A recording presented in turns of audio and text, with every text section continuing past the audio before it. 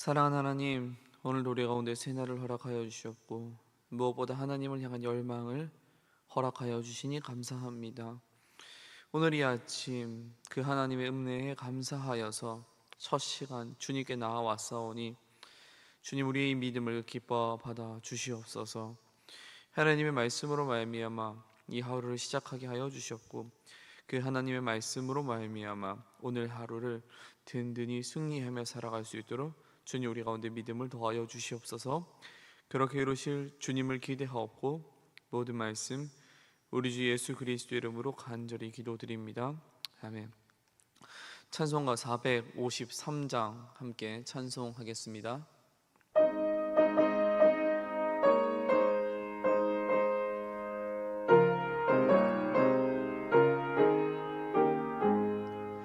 예수 더 알기 원하네. 크고도 넓은 은혜와 대속해 주신 사랑을 간절히 알기 원하네. 내 평생의 소원, 내 평생의 소원, 대속해 주신 사랑을 간절히 알기 원하네. 성령이 스승되셔서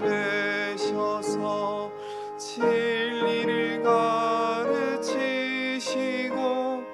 거룩한 뜻을 깨달아 예수를 알게 하소서.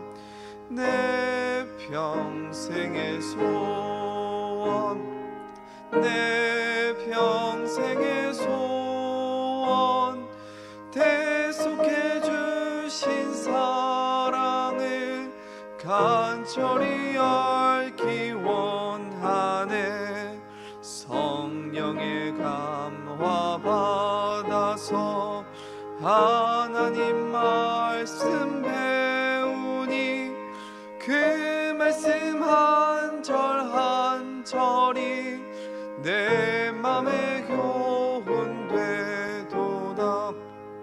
내 평생의 소원, 내 평생의 소원, 대속해 주신 사랑을 간절히 알기 원하네.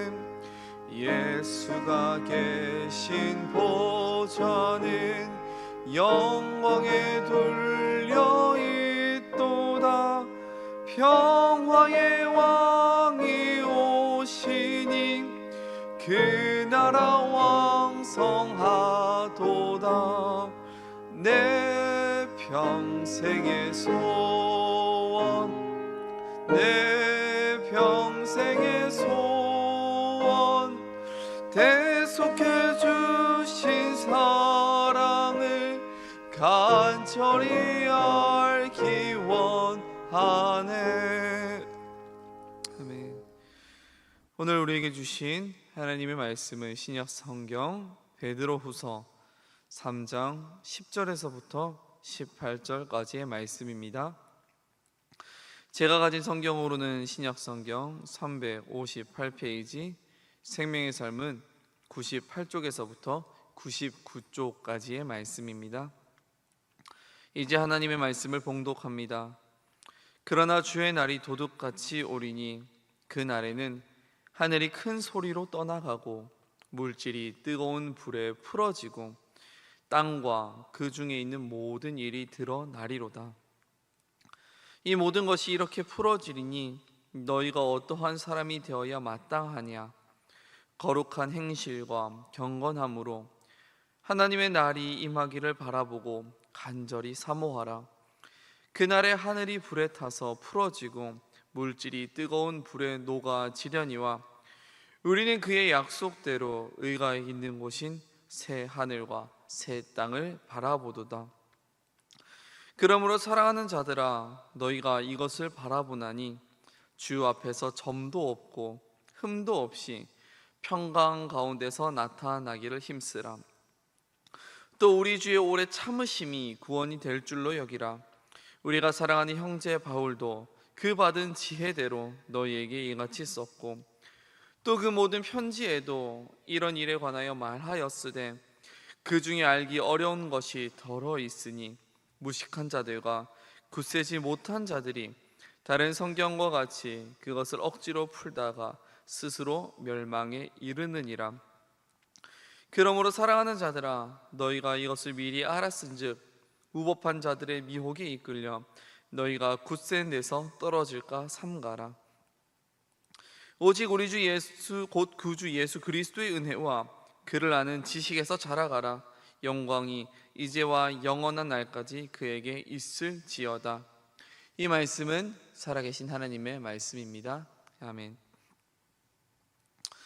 이런 시기임에도 불구하고 주의 말씀 듣기를 사모하여서 예배의 자리로 나오신 모든 성도님들에게 넘치는 은혜가 가득하시길 소망합니다. 우리는 계속해서 베드로 후서의 말씀을 듣고 있는데요, 그리고 오늘은 그 베드로 후서의 마지막 본문을 다루고 있습니다. 사람들과 대화를 하다 보면 가끔씩 대화에 집중을 못해서 이야기를 다 듣지 못하고 놓칠 때가 있잖아요. 하지만 앞부분을 조금 놓치더라도 마지막에 그 사람이 무슨 이야기를 하는지 잘 들어보면 결국 이 사람이 그 이야기를 하고자 하는 목적을 알 수가 있습니다. 예를 한 가지 들어볼까요? 어떤 사람을 만났는데 저에게요, 호선아 너무 오랜만이다. 잘 지냈어? 아기는 잘 크고 있고 요즘 교회 사역은 어때? 그런데 혹시 요즘 금전적으로 좀 여유가 있어? 저에게 방금 대화를 걸었던 이 사람의 목적은 과연 무엇이었을까요? 물론 진심으로 저의 안부가 궁금했을 수도 있습니다.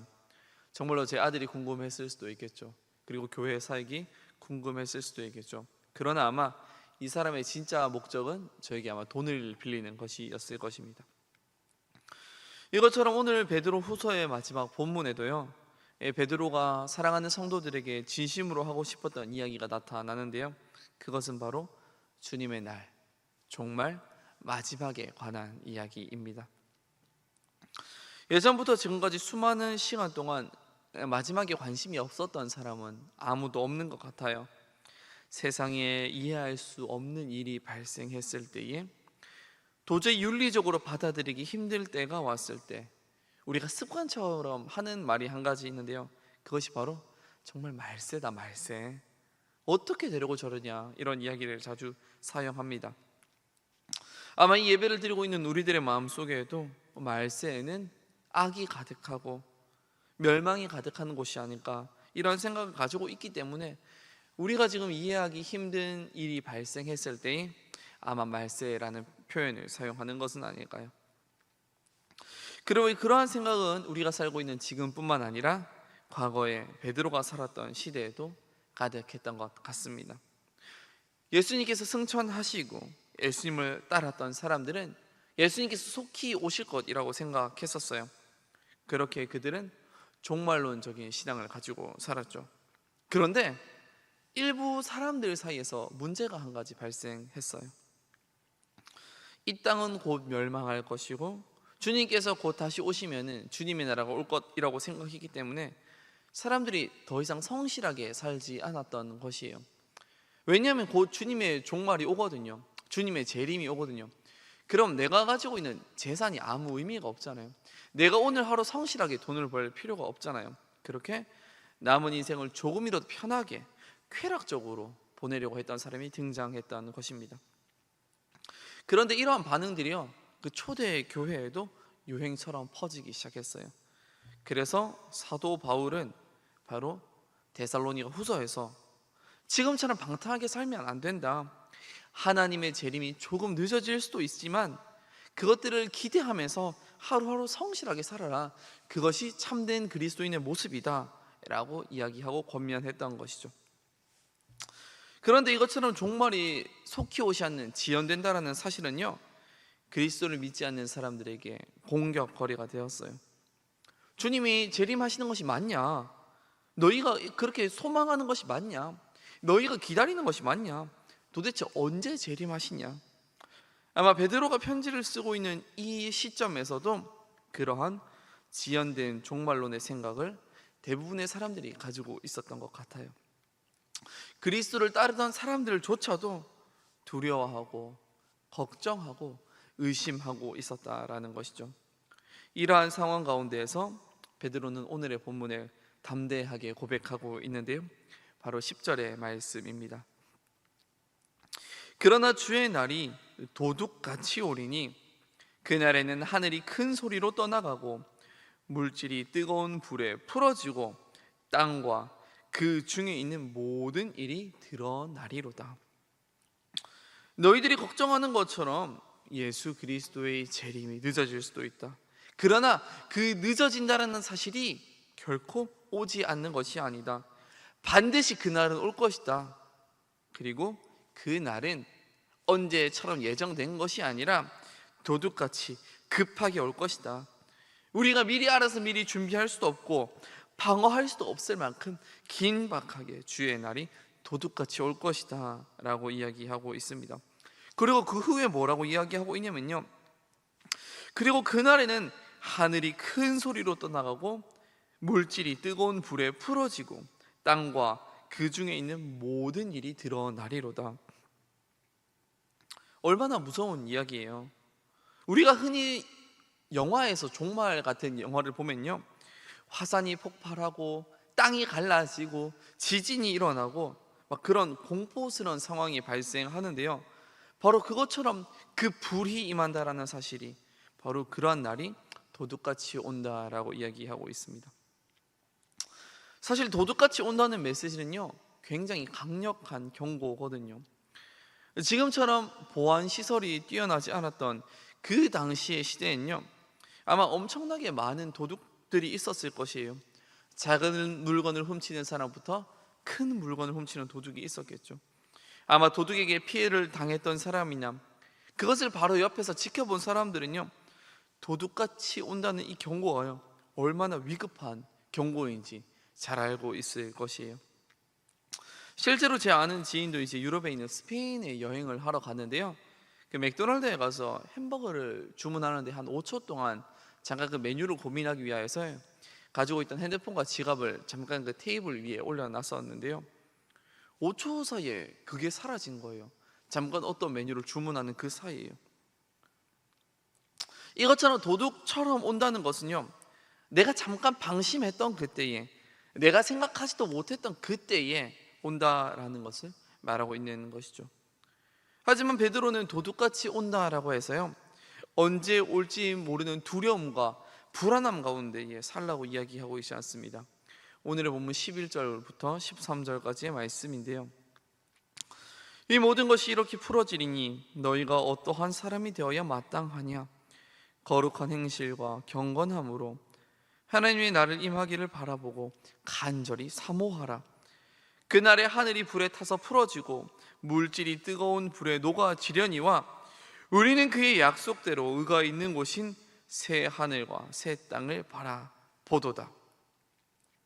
비록 그런 무서운 상황이 발생할지라도, 그날이 도둑같이 임할지라도 하나님의 날이 임하기를 사모하라고 요청하고 있어요. 그런데 이것이 조금 모순되는 이야기이거든요. 도둑같이 임할 줄도 모르고 그 뜨거운 불이 임한다는데 두려움이 아니라 그것들을 사모하라니요. 하지만 그 근거를 우리가 조금 전에 읽었던 13절에서 설명하고 있는데요, 우리는 그의 약속대로 의가 있는 곳인 새 하늘과 새 땅을 바라보는도다. 비록 그날이 언제 올지는 모르지만 우리는 하나님의 약속으로 말미암아 새 하늘과 새 땅을 바라보고 그곳에 갈 수 있다라는 것이에요.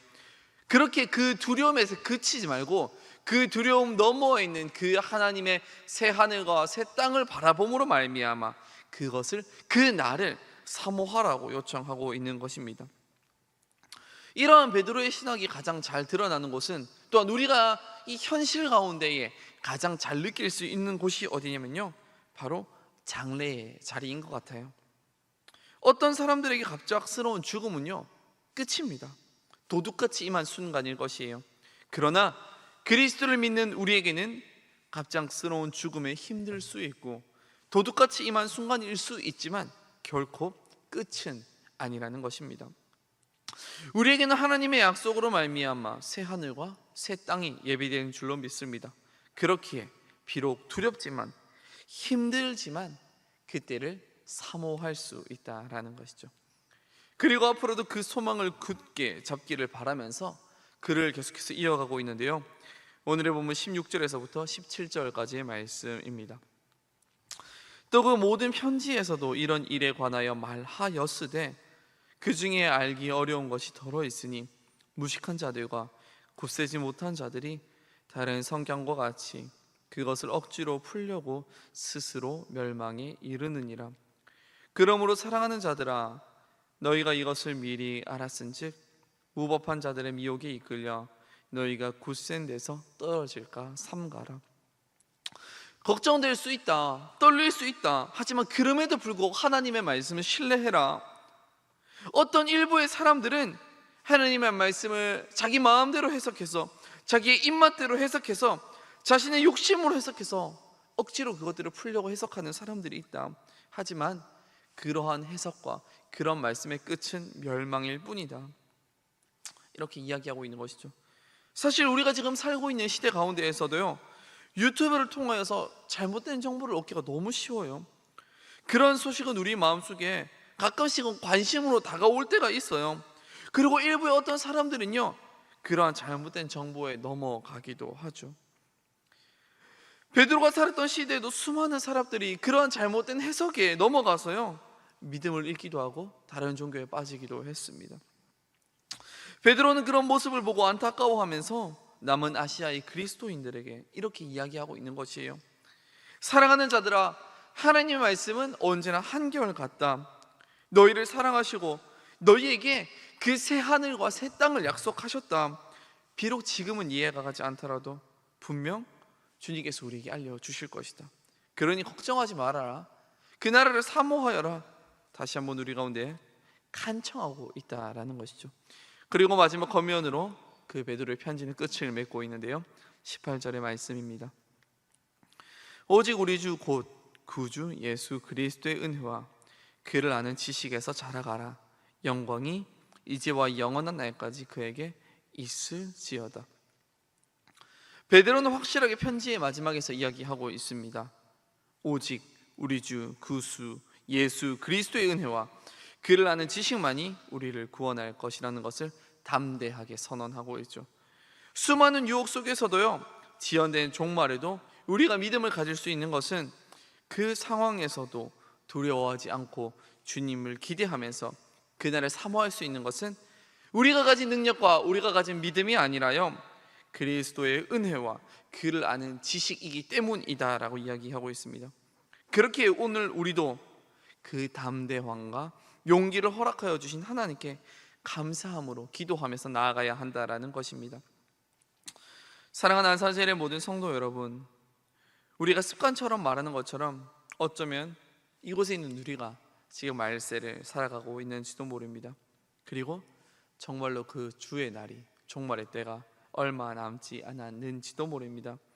하지만 그렇다 할지라도요, 두려움 가운데 살아가는 것이 아니라요, 담대함으로 사모함으로 살아가시기를 간절히 소망합니다. 하나님께서 오셔서 통치하실 그때를 기대하시기를 바랍니다. 그리고 우리 가운데에 그 사모하는 마음과 그 기대와 그 믿음을 허락하여 주신 하나님께 감사하시길 바랍니다. 그래서 날마다 그 주님께 감사함으로 또한 기도함으로 말미암아 베드로가 마지막에 요청했던 것처럼 어떠한 상황 가운데에서도 하나님의 그 종말의 때를 사모함으로 나아가는 저와 여러분들이 되시기를 간절히 소망하고 축복합니다. 기도하겠습니다. 사랑하는 하나님, 어쩌면 이곳에서 예배하고 있는 우리들이 마지막 때를 살아가고 있는지도 모릅니다. 하지만 이 마지막 때에도 하나님의 그 때를 사모함으로 기다릴 수 있도록 우리 가운데 믿음을 허락하여 주시옵소서. 하나님께서 허락하여 주신 그 약속을 신뢰할 수 있게 허락하여 주시옵고, 하나님께서 말씀하여 주신 그 말씀으로 말미암아 이 때를 담대하게 살아갈 수 있도록 주님 우리 가운데 은혜를 허락하여 주시옵소서. 특별히 마지막 때에 하나님을 더욱더 알기 위하여 여름 사역을 준비하고 있는 많은 부서들이 있습니다. 영유아 유치부부터 청년부까지 모든 교육부서가 그 여름 사역을 통하여서 하나님의 말씀을, 하나님의 약속을 더욱더 신뢰할 수 있게 하여 주셨고, 그 하나님의 약속으로 말미암아 이 땅 가운데에 두려움으로 살아가는 것이 아니라 기대와 사모함으로 살아갈 수 있게 하여 주시옵소서.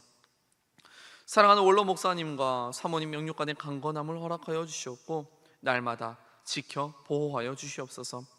살아가는 모든 여정 동안 예수 그리스도의 향기가 끊임없이 나타나게 하여 주시옵고, 한국교회의 큰 어른으로서 앞으로도 남은 사역들을 잘 감당할 수 있도록 주님 언제나 함께 하여 주시옵고, 힘과 능력을 더하여 주시옵소서.